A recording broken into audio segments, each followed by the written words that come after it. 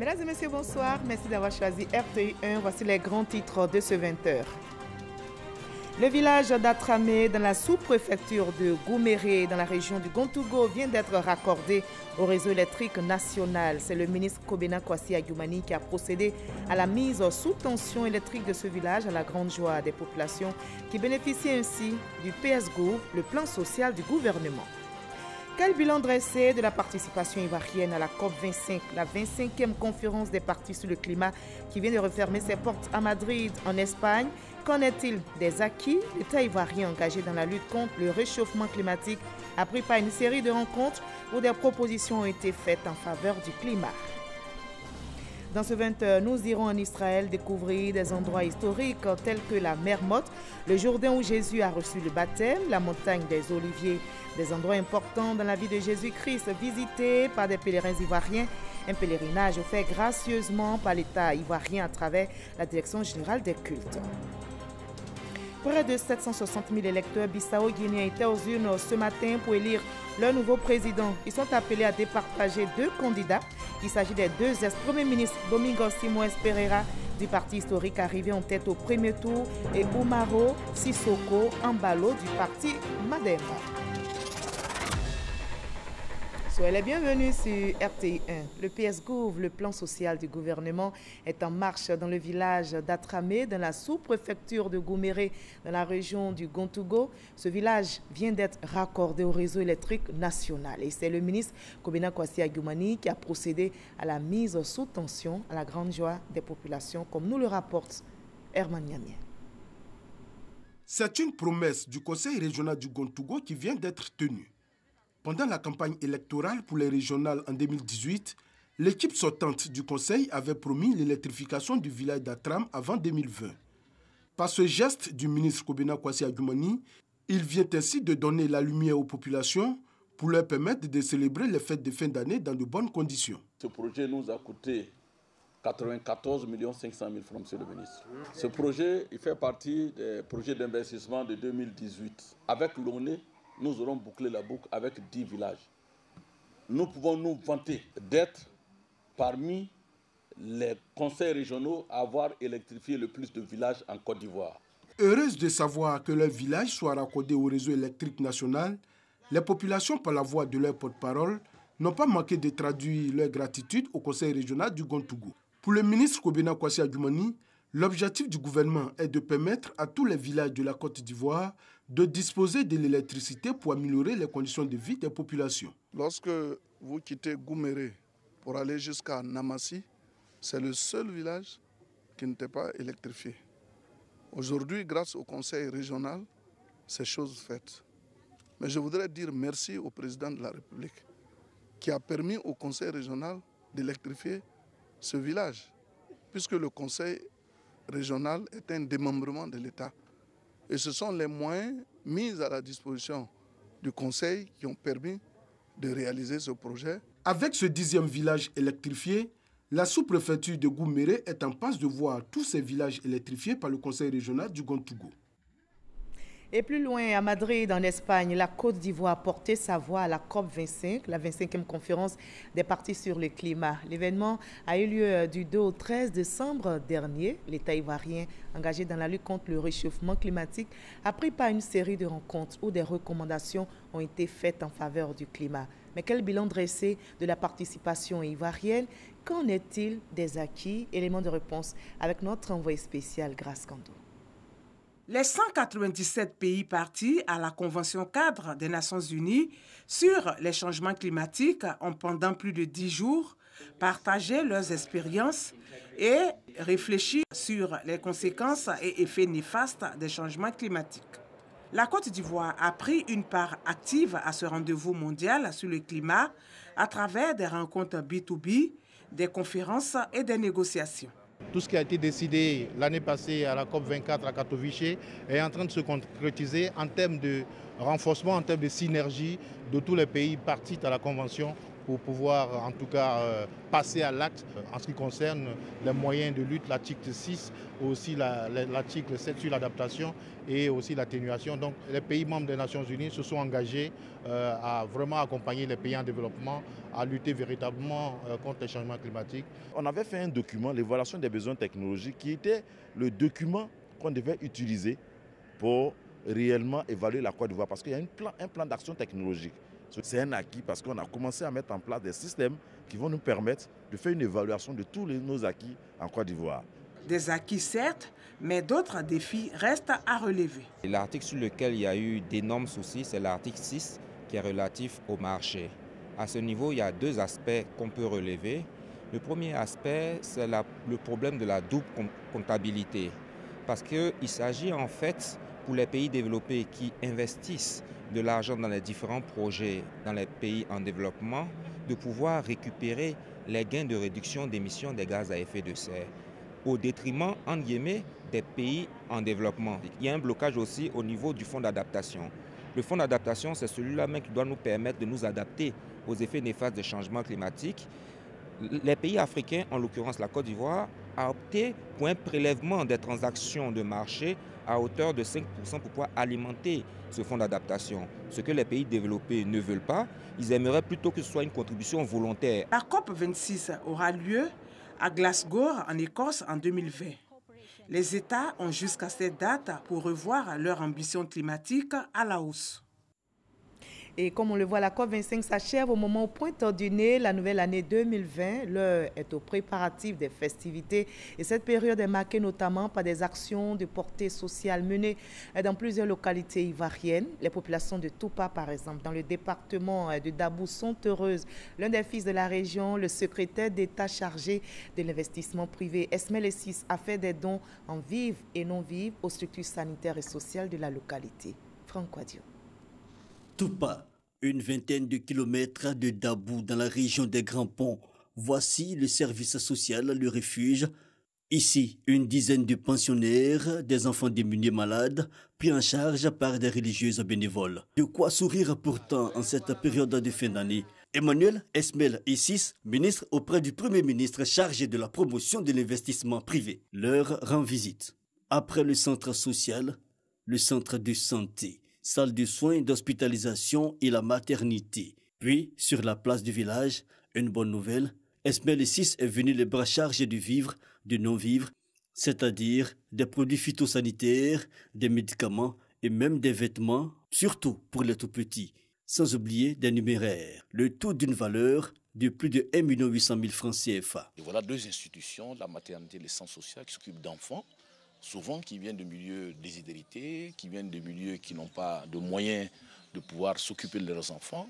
Et nous pensons que c'est tout le sens de solidarité que nous voulons donc exprimer à travers ce geste modeste que nous avons fait. Des dons perçus comme une bouffée d'oxygène. Merci d'être venus les bras chargés, que tout ce que vous nous avez offert va vraiment bien nous servir, bien nourrir les enfants. L'an passé, il nous a donné une ambulance. Cette année encore, il nous donne des cadeaux. On est tellement très contents. Parce que c'est un fils du village.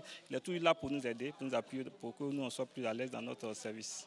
Occasion pour le donateur d'appeler à la solidarité et à la cohésion pour tous dans cette région des Grands Ponts. Des vertus chères aux autorités ivoiriennes et traduites à travers le programme social du gouvernement. Et puisqu'on parle de PSGouv, on s'intéresse aussi à votre santé dans ce 20h. La rédaction de RTI porte son regard sur une maladie, la drépanocytose. Le sujet a été évoqué au magazine du dimanche dans le journal de 13h présenté par Hamza Diaby. Son invité, professeur Vincent Kouadio-Assé, professeur titulaire de pédiatrie, a relevé les symptômes et le suivi de cette maladie. Voyons un extrait de leur entretien. C'est une maladie que vous ne pouvez pas le savoir si vous n'avez pas fait un examen de laboratoire. La personne malade hérite de ses parents, d'un des parents ou des deux parents. Et la drépanocytose, c'est une maladie qui touche le globule rouge. Or, ce globule rouge, dans sa composition, il y a un constituant qu'on appelle l'hémoglobine. C'est cette hémoglobine qui peut constituer le problème. Et donc, au niveau de cette hémoglobine, lorsque l'hémoglobine est normale, pour simplifier, on pourrait appeler ça l'hémoglobine A. Et lorsque vous portez le trait de la maladie, on pourrait appeler l'hémoglobine S. La drépanocytose n'est pas une maladie contagieuse, ce n'est pas une maladie infectieuse, c'est une maladie héréditaire fréquente qui mérite qu'on s'y attache, qu'on y accorde l'importance de nos professionnels de santé pour une meilleure gestion de ces enfants, pour pouvoir les permettre d'avoir une qualité de vie satisfaisante. À quel moment elle devient mortelle? Lorsque vous avez la forme grave et que vous n'êtes pas bien suivi. Lorsque la prise en charge n'est pas efficiente. C'est quoi? Qu'est-ce que ça implique d'être bien suivi? Cela implique que d'abord, il faudrait qu'on sache que tu es malade. D'accord. Et donc, il faudrait avoir un laboratoire performant pour faire le diagnostic. Heureusement que nos unités peuvent permettre au niveau d'un laboratoire de faire la prise en charge, au moins le diagnostic de cette maladie. Mais une fois qu'on sait que vous avez la maladie, il faudrait pouvoir venir à l'hôpital régulièrement pour pouvoir suivre les conseils des médecins. D'abord, lutter contre la douleur. On vous donnera des antalgiques. L'infection, c'est des antibiotiques en cas d'infection, mais surtout la prévention par la vaccination. Il faudrait que ces enfants soient vaccinés. Contre l'anémie, on en a déjà parlé. Et puis, on pourrait donner d'autres médicaments qui vont augmenter la production d'une hémoglobine de l'enfant et qui permet de résister. Sur la scène politique nationale, l'Union des enseignants du RHDP, UE-RHDP, vient de faire une déclaration qui intervient après les derniers événements qu'a connus notre pays, la Côte d'Ivoire, et l'Union apporte son soutien au gouvernement et exhorte la justice à faire toute la lumière sur ces événements. Leurs propos ont été recueillis pour vous par Ahmed Traoré. Suite à cette volonté affichée et anachronique de déstabilisation de l'État ivoirien, l'Union des enseignants des oufoutistes pour la démocratie et la paix marque premièrement son indignation et sa désapprobation vis-à-vis de ces méthodes de prise de pouvoir dignes d'un autre âge. Deuxièmement, condamne fermement ces manœuvres subversives qui tendent à compromettre les exploits socio-économiques et infrastructurels réalisés en si peu de temps par le président de la République et son gouvernement. Troisièmement, comprendre mieux les propos de M. Soro Guillaume quand il affirmait que ce ne sera pas la commission électorale indépendante CEI actuelle qui organisera les élections de 2024. Félicite le président de la République et le gouvernement pour la perspicacité et le sang-froid avec lequel cette menace a été repoussée. Ce dimanche 29 décembre, le RJC-RHDP, le réseau des jeunes cadres du RHDP, se prononce aussi sur la situation sociopolitique dans notre pays. Le président de ce mouvement, vous allez l'entendre, a appelé à faire la lumière également sur l'affaire Soro Guillaume et invite à l'apaisement. On l'écoute toujours au micro d'Ahmed Traoré. Le réseau des jeunes cadres du RHDP, le Rassemblement des oufoutistes pour la démocratie et la paix, se prononce sur la situation politique du pays. Le réseau des jeunes cadres RJC-RHDP condamne avec la plus grande fermeté les pratiques inacceptables tendant à plonger la Côte d'Ivoire et les populations ivoiriennes dans un passé récent, douloureux des différentes crises qu'a connu notre pays. Le RJC-RHDP soutient fermement le procureur de la République dans l'émission d'un mandat d'arrêt international contre M. Guillaume Kibafori Soro pour que la vérité puisse triompher. Le RJC souhaite la poursuite des enquêtes. Le réseau des jeunes cadres du RHDP s'engage donc à soutenir le président de la République Alassane Ouattara et le gouvernement dirigé par le Premier ministre Amadou Gon Coulibaly dans leurs actions de développement et de promotion de la cohésion sociale. Le RJC s'engage auprès du président de la République et du gouvernement à promouvoir la cohésion sociale, la paix et le développement partout en Côte d'Ivoire. Enfin, le réseau des jeunes cadres appelle tous les Ivoiriens épris de justice, de paix, à collaborer étroitement avec les autorités judiciaires afin de dénoncer et mettre hors d'état de nuire tous les complices et éventuels aventuriers. Le réseau des jeunes cadres RHDP invite le gouvernement à poursuivre le dialogue avec les partis de l'opposition. Voilà, c'était la déclaration donc du RJC-RHDP, déclaration recueillie pour vous par Ahmed Traoré et Abou Sanogo. La coordination du RHDP pour la région du Bonkani a été investie par le porte-parole principal du RHDP, Kobena Kwasi Adjoumani. La coordinatrice principale, Niale Kaba, compte investir le terrain pour promouvoir les idéaux de son parti, le RHDP. Explication avec Herman Niamien. Voici le commando qui doit assurer la victoire du RHDP, le Rassemblement des Soufouettistes pour la démocratie et la paix dans la région du Bonkani, à l'élection présidentielle de 2020. Investi par le porte-parole principal du RHDP, Kobena Kwasi Adjoumani, l'équipe conduite par la ministre Niale Kaba et le président du conseil régional du Bonkani, Nien Philippe, s'est dit prête à mener la bataille. Nous sommes déjà à la tâche. Bien sûr, nous prenons toute la mesure du défi, c'est-à-dire celui de la victoire du RHDP dès le premier tour des élections d'octobre 2020. Oui, le Bonkani s'engage à répondre à l'appel du président du parti en offrant une écrasante victoire dans l'ensemble des bureaux de vote du Bonkani en octobre 2020. Niale Kaba indique que le bilan largement satisfaisant du président Alassane Ouattara les conforte dans leurs initiatives pour la reconquête du pouvoir d'État. Le porte-parole principal du RHDP, lui également confiant en une victoire de son parti dès le premier tour, demande cependant aux militants de se faire établir les cartes d'identité nationale et aussi de se faire enrôler massivement sur les listes électorales au moment venu. Quand je vois le visage, je me dis que c'est déjà gagné. Je dis que nous avons déjà gagné.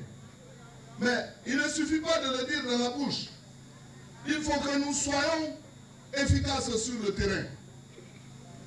La première des choses à faire pour gagner des élections, c'est de se faire enregistrer sur les listes électorales. Si vous ne le faites pas, quel que soit votre nombre, vous ne pouvez pas gagner. Dans cette bataille pour la reconquête du pouvoir d'État, la coordination régionale du RHDP dans le Bonkani bénéficie du soutien total des femmes et des jeunes.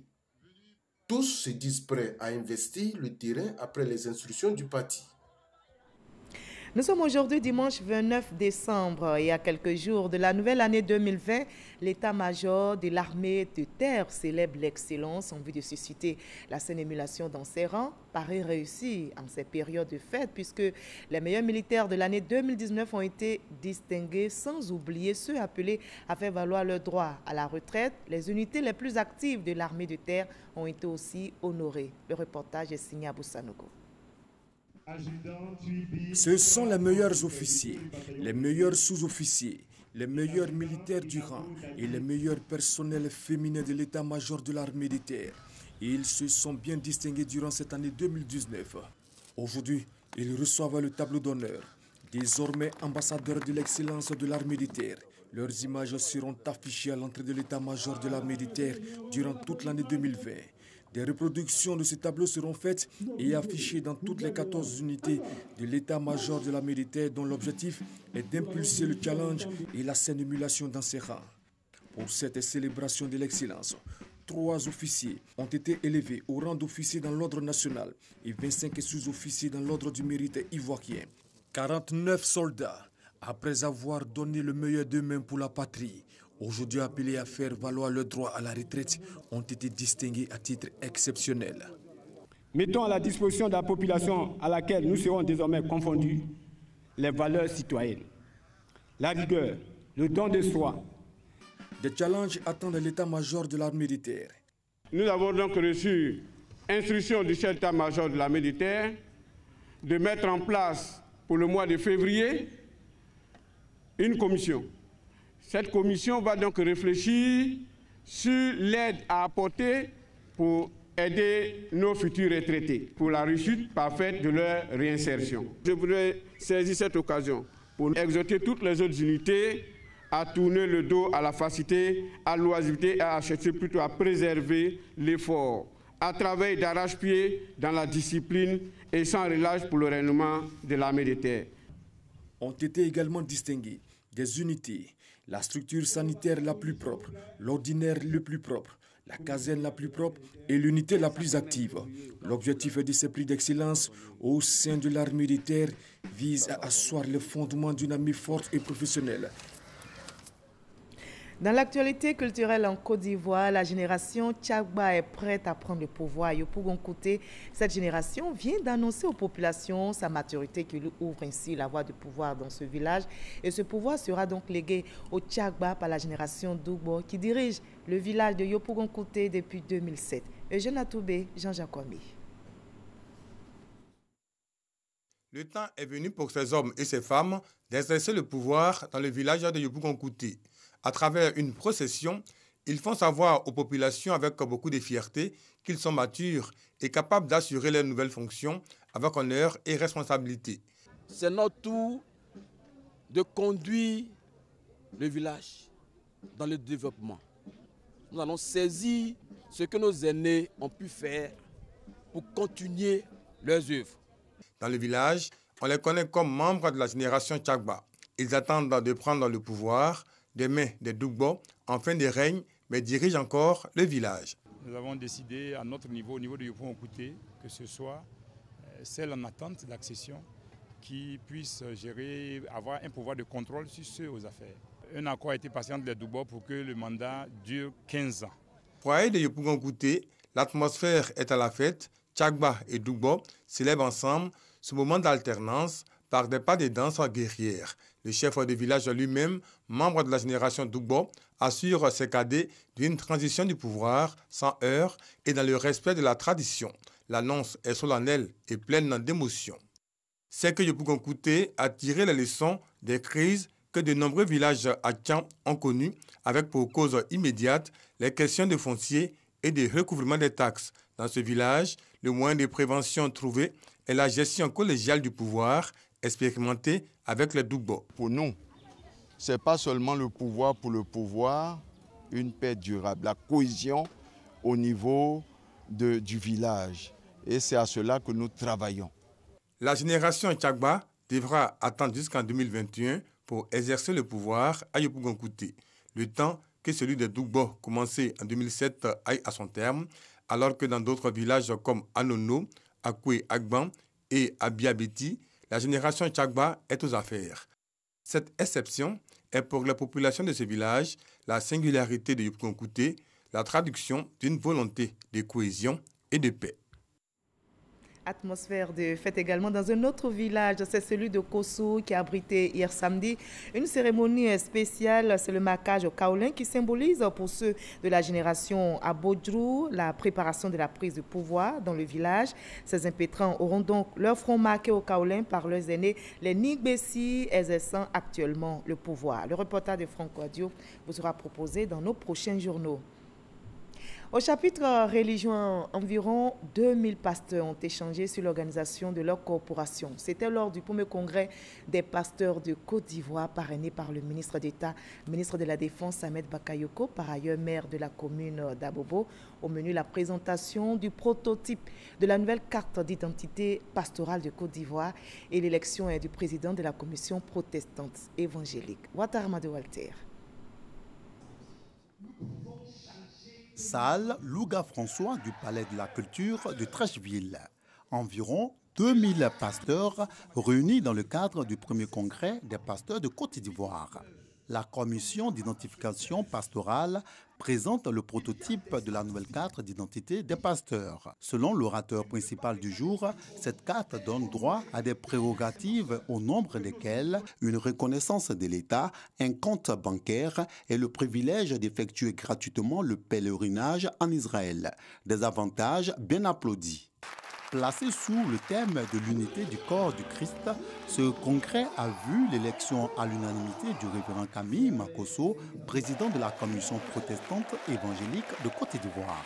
L'un de nos plus grands rêves, c'est de voir des pasteurs monter en Israël dans le but de prier par rapport aux futures élections présidentielles afin que tout se passe bien. Les pasteurs évangéliques ont décidé de s'organiser autour des valeurs de la République, autour des institutions de la République pour que nous puissions avoir une église qui contribue au développement de la Côte d'Ivoire. Il bénéficie du soutien du du ministre d'État, ministre de la Défense, par ailleurs maire de la commune d'Abobo, parrain de cette rencontre religieuse. Ahmed Bakayoko, représenté par son directeur de cabinet au niveau de la mairie d'Abobo. Pour le ministre d'État, c'est de témoigner toute sa gratitude à tous ces hommes de Dieu, que ce soit les chrétiens ou les musulmans, qui ne cessent de prier pour la stabilité en Côte d'Ivoire.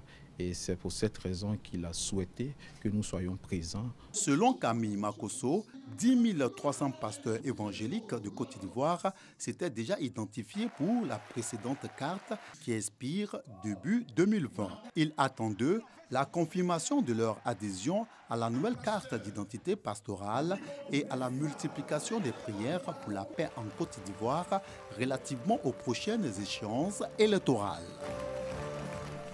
Et ces hommes de Dieu qui prient pour la paix en Côte d'Ivoire encouragent aussi les chrétiens à faire un tour en Israël pour un pèlerinage. Et d'ailleurs, certains y sont déjà à la découverte d'endroits historiques tels que la mer Morte, le Jourdain où Jésus a reçu le baptême, la montagne des Oliviers, des endroits importants dans la vie de notre Seigneur Jésus-Christ visités par les pèlerins ivoiriens. Et Rigoré nous fait revivre ces instants de spiritualité.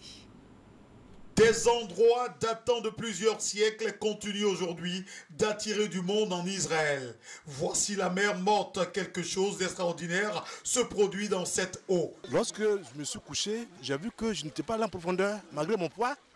J'ai flotté sur l'eau. Le Jourdain, lieu où a été baptisé Jésus-Christ par Jean-Baptiste, est resté intact. Ce lieu a conservé toute sa valeur. Je m'attendais à un grand fleuve, mais Dieu fait des choses grandes dans les petites. Je suis très heureuse d'être là en Israël parce que ça a fortifié ma foi. Je suis allée dans l'eau. Tous mes habits sont mouillés par le bas. Je ne pouvais pas venir là sans aller où Jésus a été baptisé. Ici, c'est la maison de Zacharie, père de Jean-Baptiste. C'est dans cette maison que Marie a vécu. Aujourd'hui, nous sommes chez Zacharie. Jean-Baptiste, c'est la bonne nouvelle. C'est l'évangile, c'est la connaissance de Dieu, c'est encore faire alliance avec Dieu et la Sainte Mère, la Vierge Marie. Parce que nous avons vu la Vierge Marie, son puits qui était à côté. Dans cette maison, il y a une pierre qui a la forme d'une crèche d'ailleurs. C'est la pierre qui a protégé le petit Jean qui avait moins de 2 ans contre le massacre demandé par Hérode. Quand j'ai touché la Vierge Marie et Élisabeth, j'ai senti l'envie de refaire un enfant. Vous avez la foi, vous savez que... J'ai la foi. La montagne des Oliviers est le lieu où le Seigneur Jésus-Christ se retrouvait très souvent avec ses disciples. C'est émouvant parce que d'ici, vous avez une belle vue sur le temple, l'espace du temple qui est devenu... Ils ont construit un joli temple encore, mais qui n'a pas la même beauté que celle que décrit la Bible. En arrivant ici et en voyant de visu ce que le Christ a vécu, j'ai l'impression que je suis dans un rêve. Voici la plante qui a servi à confectionner la couronne d'épines de Jésus-Christ. Cette plante existe encore et fait aujourd'hui l'objet de convoitises.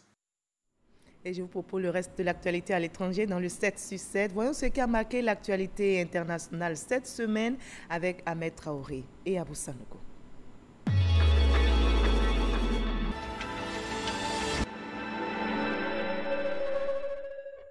Le général Gaïd Salah a rendu l'âme ce lundi 23 décembre. Il était l'un des gardiens du système algérien et est décédé d'une crise cardiaque à l'âge de 79 ans. 3 jours de deuil national ont été décrétés pour ce général, pilier du régime depuis 1962. L'opposition guinéenne qui juge que le processus électoral comporte des irrégularités a annoncé qu'elle boycottera les élections législatives du 16 février et même qu'elle empêchera la tenue du scrutin. Un typhon baptisé Fanfon, c'est-à-dire animal en langue locale, a frappé les Philippines, gâchant la fête de Noël des habitants de cet archipel à très grande majorité catholique. Ces derniers se sont retrouvés bloqués dans des ports ou des centres d'hébergement ou encore coincés dans leurs maisons. Aucune victime n'a été signalée. Après 2 échecs à former un gouvernement, Benjamin Netanyahu a été contraint d'organiser des primaires pour conserver la tête du Likoud. L'élection a lieu ce jeudi 26 décembre. Jusque-là, chef de file incontesté de la droite israélienne, le Premier ministre est désormais face à un challenger, Gédéon Sa'ar. L'après Netanyahou est une perspective désormais envisagée. Plus de 235 000 Syriens déplacés en près de 2 semaines. Ces chiffres concernent surtout la ville de Maaret al-Nouman, quasiment vidée de ses habitants, a annoncé l'ONU ce vendredi 27 décembre. Cet exode massif est lié à l'intensification de combats et des bombardements du régime et de son allié russe dans la province d'Idlib, dernier grand bastion hostile à Damas. Une voiture piégée a explosé dans une rue très fréquentée de Mogadiscio, samedi 28 décembre dans la matinée. Au moins 16 de 79 personnes tuées étaient des étudiants de l'université privée Benadir de Mogadiscio. Ils circulaient à bord d'un bus lorsque la voiture piégée a explosé, dans une zone où la circulation est très dense en raison de la présence d'un poste de sécurité et d'un centre des impôts. Ils sont près de 700 000 Bissau-Guinéens qui doivent élire ce dimanche 29 décembre leur nouveau président lors d'un second tour qui s'annonce très serré entre 2 anciens premiers ministres, Domingos Pereira et Umaro Sissoko Embalo. Ce dernier n'a recueilli que 27,7% des voix, mais il a réussi à fédérer autour de lui les soutiens des autres candidats malheureux.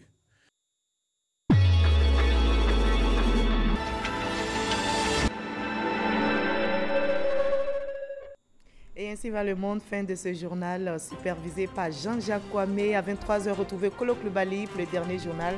Très belle soirée sur RFI.